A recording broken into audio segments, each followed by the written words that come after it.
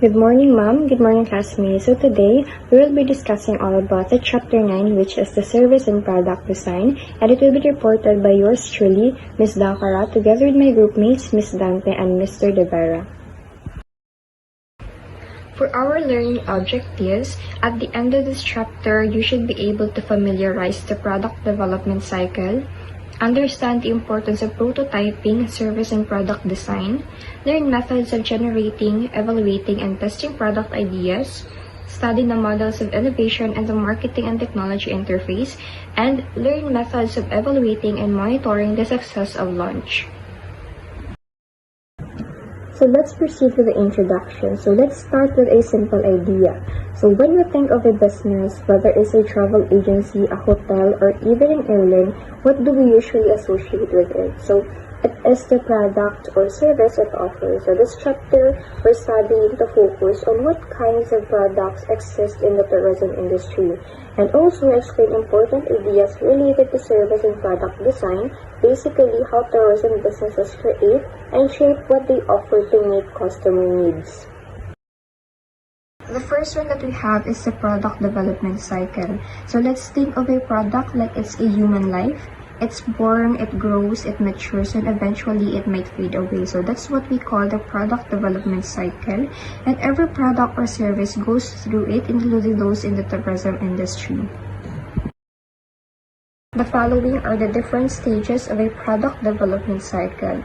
The first one that we have here is the introduction. So this is when a new product is launched into the market, and at this point, sales are still low and profits are either small or even negative because the cost to create and promote the product is high. So people don't know about it yet, so businesses spend a lot on advertising, and there are usually very few competitors at this stage. So the next one is the growth stage. So now the product starts to gain attention and sales begin to rise. So profits increase and more people are buying the product, and competitors may enter the market trying to offer something similar or better. So the business must choose between gaining more market share or more customers, or maximizing profit or raising prices or reducing spending.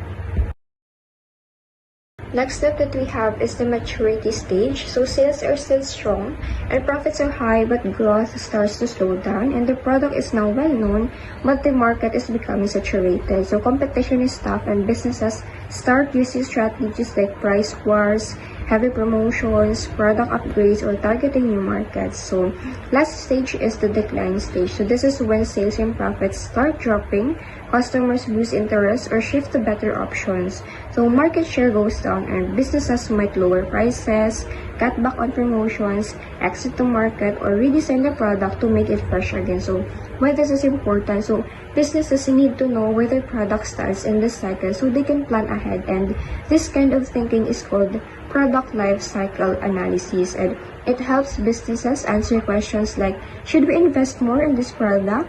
Do we need to innovate? And is it time to move on to something new? So we come now to creating a prototype, service, and product design.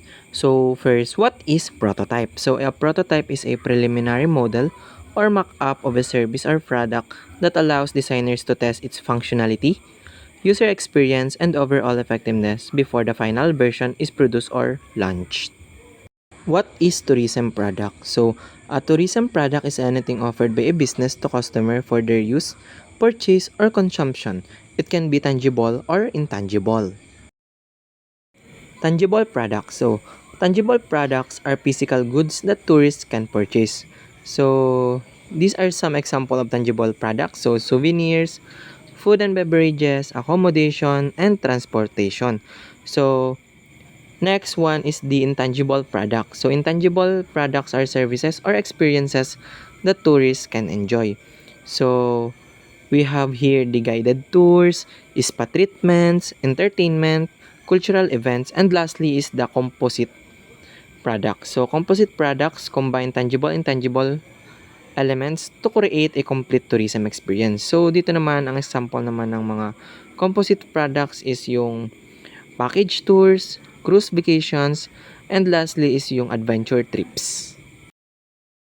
Here's are some factors affecting demand. So several factors influence the demand for tourism products.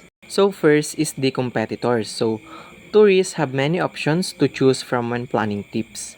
If other destination or tourism businesses offer similar experiences at a better price, so with higher quality or with more convenience, customers might choose those instead.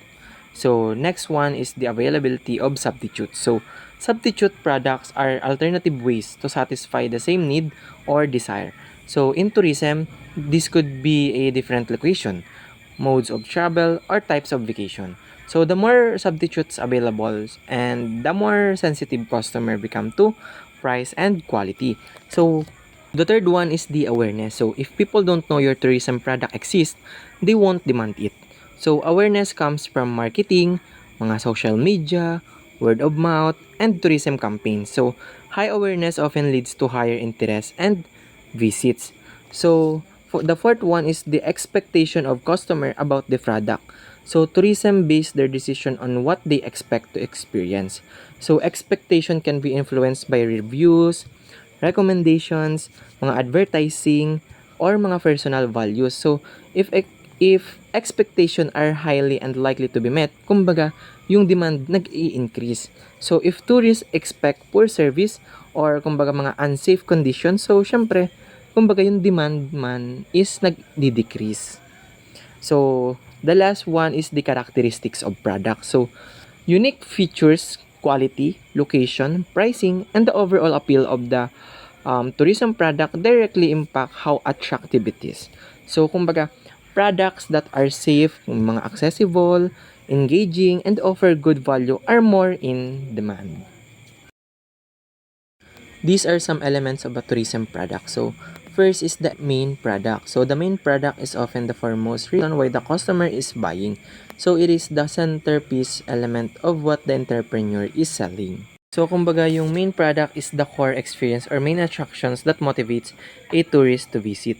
So, it's the primary reason someone chooses your destination or service. Next is the facilitating product. So, the facilitating products are part of the whole package in the form of goods or service that are available to be used with the main product. So, kumbaga dito naman sa facilitating product, so ito yung mga services or items that are essential to access or enjoy the main product. Kumbaga, it helps make the experience smoother or more functional. The third one is the supporting products. Supporting products are additional products offered to the main product to add value and to make it unique and different from competing products. So, dito naman sa supporting products is ito yung mga extra services or products that are not essential but add value and make your service stand out sa other competitors. So, lastly is yung augmented product. So, the augmented product includes the main product, facilitating product, and supporting product, plus customer interaction and participation during the delivery of the product.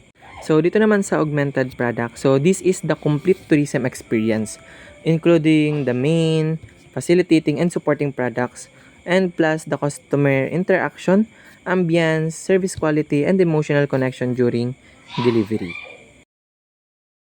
Service quality. Satisfaction is broader. It reflects the customer overall evaluation. So, service quality refers to the customer perception of the service component of our product. Therefore, service quality is just a component to determine the satisfaction. There are 5 dimensions of service quality as identified by Parasuraman, Tammel, and Berry, which can be applied to different service situations. So, first is the reliability. So, it refers to the ability to render the promised service consistently and accurately. Next is the responsiveness.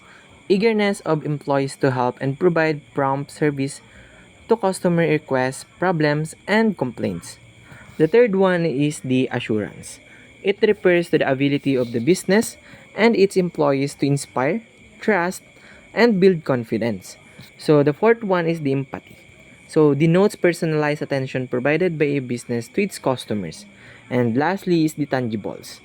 This refers to the physical appearance or image of the service as seen by the customers.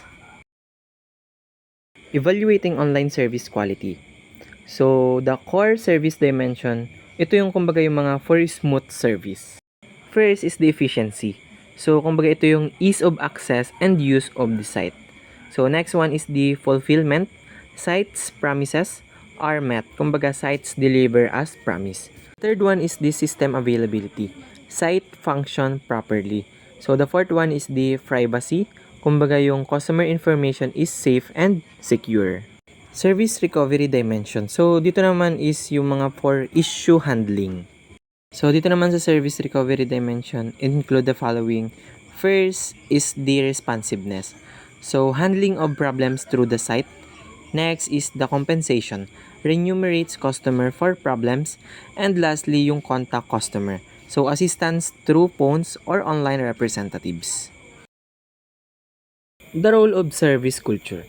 A service culture is a shared organizational mindset to deliver excellent service naturally. When executed well, it becomes a competitive advantage. It encourages service excellence across all levels. So, by understanding the concept of service quality and satisfaction should be reinforced with the discussion of a service culture. Service culture is a norm embodied by members of the organization to deliver good service to customers. The concept emphasizes that the delivery of services should be happen naturally as a way of life. Service culture may serve as a competitive advantage for businesses if it will be executed successfully within the whole organization. Measuring service quality. Importance Performance Analysis or IPA compares the importance of service features with how well they are performed. Helps allocate resources where improvement is needed most. So aside from using the dimensions of service quality, there are other methods in measuring quality and customer satisfaction in service-oriented businesses. And that is the Importance Performance Analysis or IPA. It studies the importance of attributes, features, and the performance of the business in providing these attributes or features. So this analysis can be useful in identifying areas that need service improvements. Using a matrix, decision makers can determine where to focus their resources and programs of improvement.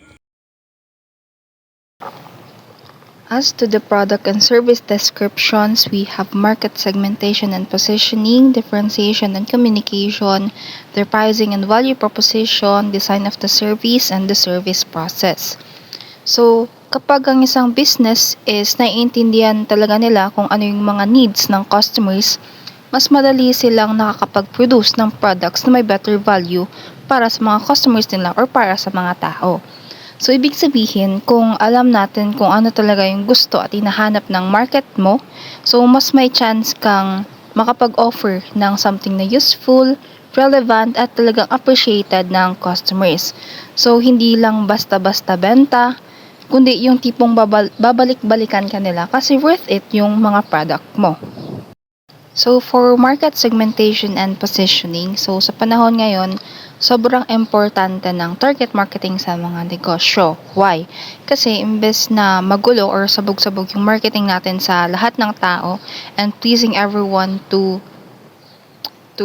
buy our products, mas makakatipid tayo ng oras at pera kung tututok lang tayo sa mga customer na talagang interested and may potential na bumili ng product and services natin. So, ibig sabihin, mas efficient yung galaw ng negosyo. So, market segmentation ang tawag sa process kung saan hinahati-hati natin yung marketplace sa iba't ibang category para mas madaling maintindihan kung sino ba yung mga tinatarget natin na mga customer. So, there are 4 common types of this. So, first is the demographic, psychographic, the behavioral, and the needs-based. For demographic, so this is based sa age, gender, kita, work, education, and etc. So, for example, yung isang brand ng diaper is para sa mga magulang na may baby na. So, kaya syempre, yung target nila is yung mga adults or parents na may mga babies. Next one is psychographic. So, this is based naman sa lifestyle, values, personality, or interest ng mga tao. So, for example, if mahilig mag-travel yung isang tourist or tao, so baka interested siya sa travel gear or mga budget airlines. Next is the behavioral. So, this is based naman sa kung paano sila bumili. So, gaano kadalas ba the brand loyalty or kung paano nila ginagamit yung mga products. So, for example, may mga customers kasi 'di ba na bumibili lang tuwing may sale sa isang store, sa isang hotel. So, yung tawag daw sa kanila is discount hunters. Last one is the needs based. So, this is based naman sa pangangailangan or problema ng customer na pwedeng solusyonan ng isang product or ng service. So, for example, if ikaw, you have sensitive skin and naghahanap ka ng mga hypoallergenic na sabon or mga ointments, so, dito ka napipilang sa needs-based. So, next one is the differentiation and communication. So, sa tourism industry, sobrang daming competition. So, parang halos lahat na lang is pare-pareho na mga ina-offer na tours, mga tour packages, activities, and accommodations, and other products and services na ina-offer sa tourism and hospitality industry. So, kaya importante na maiba tayo sa iba. So, dito papasok yung tinatawag natin na differentiation, ano yung edge natin sa ibang competitors, and kung paano mapapansin ng mga tao yung unique brand and service na ino-offer mo kumpara sa mga competitors natin. So, differentiation can achieve in different ways. So, first is the physical characteristics. So, mga unique design ng resort, ng mga hotel, and kakaibang features ng tourist attraction. So, next one is delivery method. So, halimbawa, mas mabilis na yung booking process mo or mas personalized na yung mga tour packages mo compared sa ibang hotels, like that. Next one is the location. So,